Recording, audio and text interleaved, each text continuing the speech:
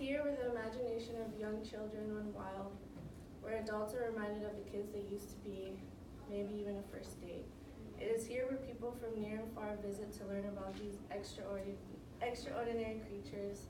These places are aquariums and zoos. From all ages, aquariums and zoos are a great learning experience for the human population to get an inside look at the animals' world. According to a recent study conducted by the American Zoo and Aquariums Association, it is said that visits to zoos and aquariums produce long-term positive effects on people's attitudes towards other animals.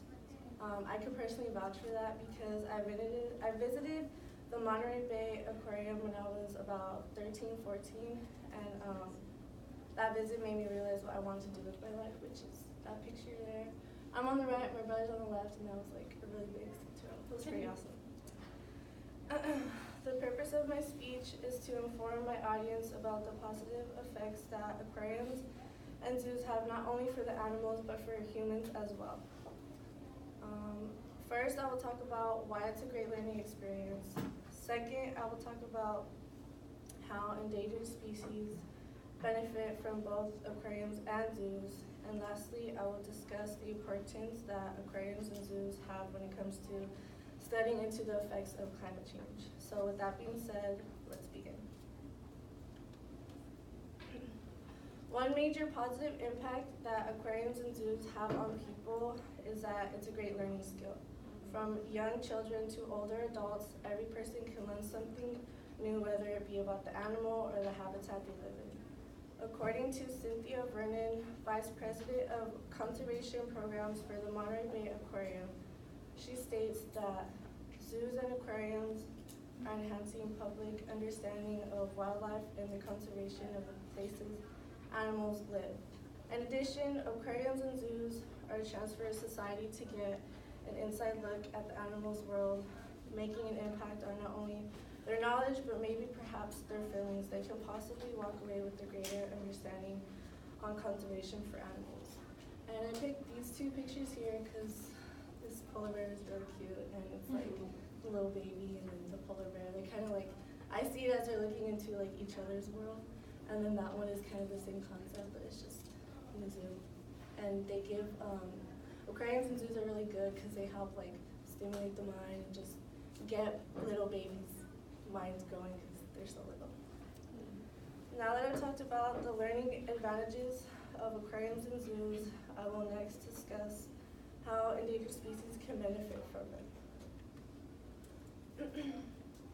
Endangered species being out in the wild gives them a high risk of coming to extinction.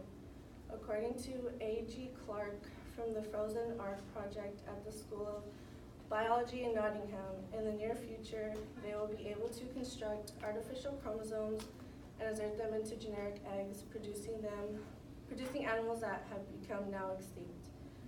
Quote, in the absence of suitable habitats, they could be kept in zoos and aquariums until habitats have been restored or reconstructed.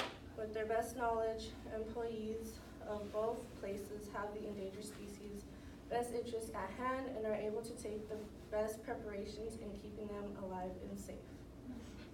Now that I've discussed how endangered species are being kept safe, I will lastly talk about the importance aquariums and zoos share in keeping them alive.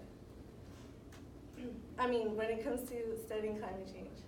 Climate change is an arising issue in our world, and the role that aquariums and zoos have can be vital to studying its effects. According to A. Barbosa from the International Zoo Yearbook, he says, because it's possible to stimulate different environmental conditions in zoos and aquariums, many such institutions have valuable data or research on animals' health that have been collected historically, and they're particularly appropriate places to carry out climate change studies. In addition to what Barbosa pointed out, they can also inform the visitors on what little steps to take in helping spread awareness of climate change. Whether it be from a poster, some places have like pamphlets, they even have like books or like little workshops that they can do. So just every little thing just kind of helps get all that information.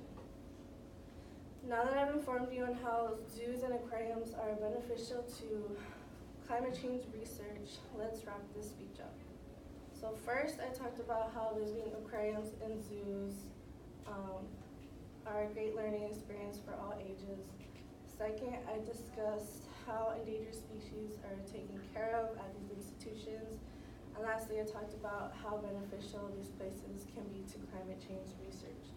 I hope you all learned something new about aquariums and zoos and have an open mind about it.